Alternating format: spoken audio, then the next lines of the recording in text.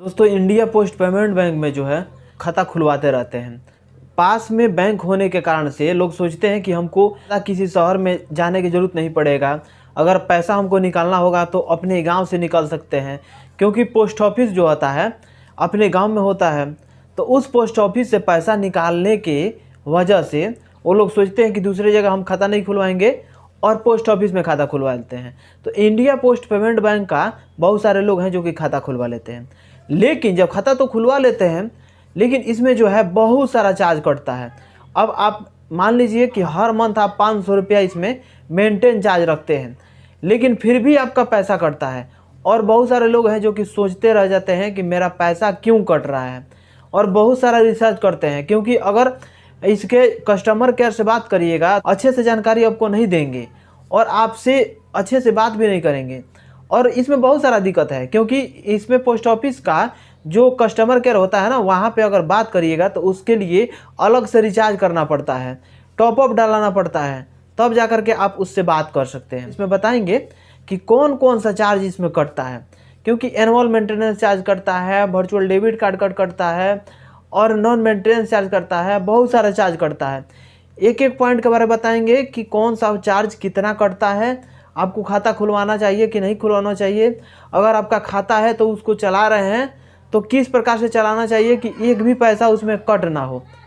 सभी जानकारी इस वीडियो में देंगे। वीडियो में आगे बढ़ने से पहले आप लोग से छोटा सा रिक्वेस्ट है कि अभी तक मेरे चैनल को सब्सक्राइब नहीं किया तो सब्सक्राइब कर लीजिएगा, बेल आइकन को प्रेस कर लीजिएगा ताकि सभी नोटिफिकेशन आप लोग को मिलता है। पोस्ट ऑफिस के लिए एक अच्छा सा सजेशन आप लोग को दे दूं कि अगर कभी भी आप खाता खुलवा रहे हैं तो सबसे पहले आपको जो है पूरी जानकारी ले लेना चाहिए कि कौन सा चार्ज कब कटता है और कितना मेंटेनेंस चार्ज कटता है, कितना एनुअल मेंटेनेंस चार्ज कटता है। क्योंकि इसके बिना अगर पोस्ट ऑफिस में भुला करके भी अगर खाता खुलवा लेते हैं तो हर एक मंथ में 100, 150, 200, 300 आपका पैसा कट हो जाएगा और आप सोचने पे मजबूर हो जाएंगे कि मेरा पैसा क्यों कट रहा है। तो अगर आप जा करके स्टेटमेंट भी निकलवाते हैं पोस्ट ऑफिस से तो उसमें आपको कुछ पता नहीं चलने वाला है कि कौन सा मेंटेनेंस चार्ज है वर्चुअल डेबिट कार्ड का है।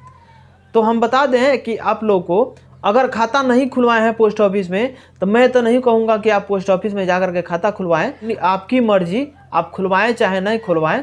लेकिन आप लोग को एक सजेशन देना चाहूँगा कि अगर खाता नहीं खुलवाए हैं तो खाता मत खुलवाएं।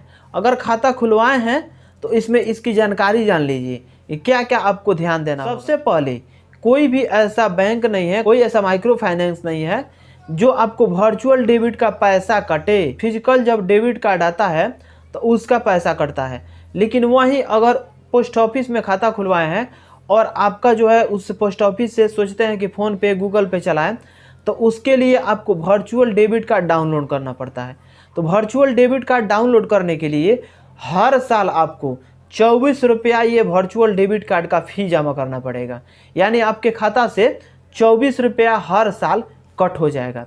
पहला एक नुकसान ये होगा कि वर्चुअल डेबिट कार्ड का कहीं पैसा नहीं लगता है, लेकिन इसमें लगता है। दूसरा आपको बता दूं कि ये जो है पोस्ट ऑफिस से ही पैसा निकाल सकते हैं। दूसरे जगह से अगर पैसा आप जाएंगे निकालने तो उसमें आपको हर एक ट्रांजैक्शन पे 1 महीना, जब आप खाता खुलवा लेते हैं तो 1 महीना तक आपको छूट मिलता है। कितना भी ट्रांजैक्शन करिए उसमें कोई चार्ज नहीं लगता है। अगर 1 महीना बीत जाता है तो दूसरे मंथ से अगर आप आधार कार्ड के जरिए किसी सीएसपी पे जाकर के पैसा निकालते हैं तो उसमें हर एक ट्रांजैक्शन पे आपको 10 रुपया देना पड़ेगा।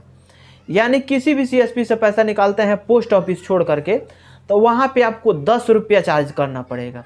यानी 10 रुपया आपको देंगे तब जा कर के आपका पैसा निकलता है, यानी आपके खाता से कटता है। अब खाता से कटा हो सो तो अलग है, सीएसपी पे अगर पैसा निकाल रहे हैं तो वहाँ पे सीएसपी वाला भी 1000 पे 10 रुपया लेता है, कहीं कहीं 15 रुपया 20 रुपया लेता है लोग। तो यहाँ तो अलग देना पड़ गया, प्लस में एक ट्रांजैक्शन पे बैंक काट लिया 10 रुपया। तो ये दूसरा नुकसान है। तीसरा नुकसान ये है कि पैसा कटता है तो एसएमएस आता है, पैसा ट्रांजैक्शन करते हैं तो एसएमएस आता है। हर बैंक का ये रूल है, लेकिन बहुत सारा बैंक में देखा जाता है कि एसएमएस चार्ज का पैसा नहीं लगता है, लेकिन इंडिया पोस्ट पेमेंट बैंक में जो है एसएमएस का भी पैसा लगता है। यानी कि हर एक 3 महीना पे आपको एसएमएस का चार्ज का जो है पैसा देना पड़ता है, या 20 से 25 रुपये हर 3 महीना पे आपका जो पैसा है कट हो जाता है। तो 3 सबसे बड़ा नुकसान है जो कि जीरो बैलेंस वाला खाता पे आपका मिलता है। नाम है इसका zero balance. India post payment bank में आपका खाता खुलता है तो उसका नाम दिया जाता है जीरो बैलेंस, BSBDA जो जिसको बोला जाता है। तो BSBDA के नाम का मतलब होता है कि RBI कहती है कि आपको BSBD में एक भी रुपया चार्ज नहीं देना पड़ेगा। Maintenance charge, debit card charge, annual maintenance charge, कोई भी चार्ज इसमें देना नहीं पड़ेगा आपको। लेकिन पोस्ट ऑफिस जो है आपसे लेती है annual maintenance charge, debit card तो देती नहीं है, वर्चुअल डेबिट कार्ड देती है, इसका चार्ज प्लस में आपको SMS चार्ज, इतना सारा चार्ज जो है आपसे चार्ज करती है और चार्ज लेती है। तो पोस्ट ऑफिस में अगर खाता खुलवा रहे हैं तो इतना बात के ध्यान देना है। इतना सारा चार्ज काटते हुए भी का लिमिट है, लिमिट नहीं बढ़ाती है पोस्ट ऑफिस। 2 लाख तक का ट्रांजैक्शन कर सकते हैं। 2 लाख से अगर ज़्यादा कहीं से पैसा आपके खाता में इसमें आ गया तो समझिए कि ये पैसा जो है उसी में रह जाएगा, उस खाता में। बहुत जगह दौड़िएगा, बहुत सारा कंप्लेन करिएगा तो तब जा करके आपका खुद का पैसा निकाल सकते हैं।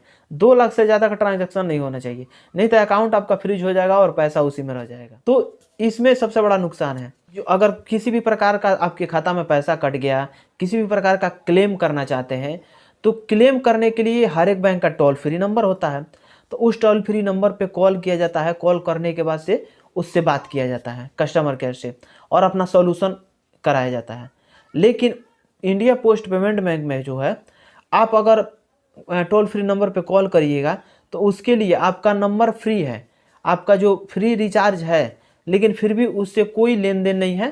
प्लस में आपको एक्स्ट्रा रिचार्ज कराना पड़ेगा, यानी आपका फ्री है लेकिन उसके लिए 10 रुपया 20 रुपया का रिचार्ज कराना पड़ेगा। रिचार्ज कराइएगा तब जाकर के कस्टमर केयर से बात कर सकते हैं।